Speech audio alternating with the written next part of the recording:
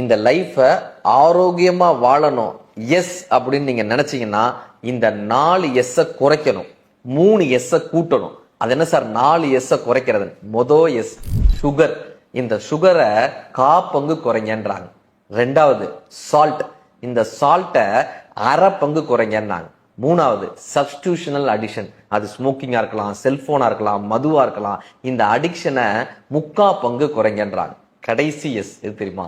ஸ்ட்ரெஸ்ஸுங்க, மன அழுத்தம் முழுமையாக குறைச்சிடுங்கன்றாங்க.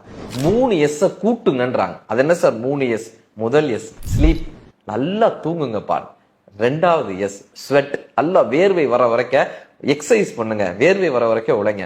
மூணாவது எஸ் என்ன தெரியுமா? இதுதான் சார் வாழ்க்கையினுடைய ரொம்ப முக்கியமே, ஸ்மைலுங்க.